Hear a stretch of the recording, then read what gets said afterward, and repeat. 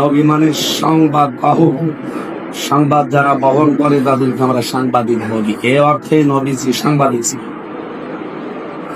আর আপনারা যেহেতু একেবারে ঘটে যাওয়া সংবাদগুলো সঙ্গে সঙ্গে দিতে চান, আপনাদের সম্মানটা আরেকটু বেশি। মুফতি আমির হামজা আল্লাহ রসুলের সাথে সাংবাদিকদের তুলনা করেছে। শেষে কি বলেছে যে বর্তমান সাংবাদিকরা যেহেতু কোনো একটা ঘটনা ঘটে যাওয়ার সাথে সাথে এটা প্রচার করে, এই জন্য তাদের সম্মানটা আরো বেশি। যে নবী অর্ধ পৃথিবীতে ইসলাম প্রতিষ্ঠা করছে, ওনার সাহাবীরা যে আদর্শের মাধ্যমে সংগ্রাম, যুদ্ধ, খেয়ে না খেয়ে, তার সম্মান নাকি এই বর্তমান সাংবাদিক থেকে কম, বর্তমান সাংবাদিকদের সম্মান নাকি তার চেয়েও বেশি। নাউজুবিল্লাহ, আস্তাগফিরুল্লাহ। কি ভয়ঙ্কর কথাবার্তা, কি মিথ্যা প্রপাগান্ডা।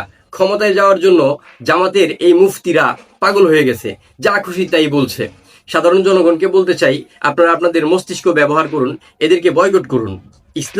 এরা ইসলামের জন্য আসলে এই লেবাস ধারণ করে নাই।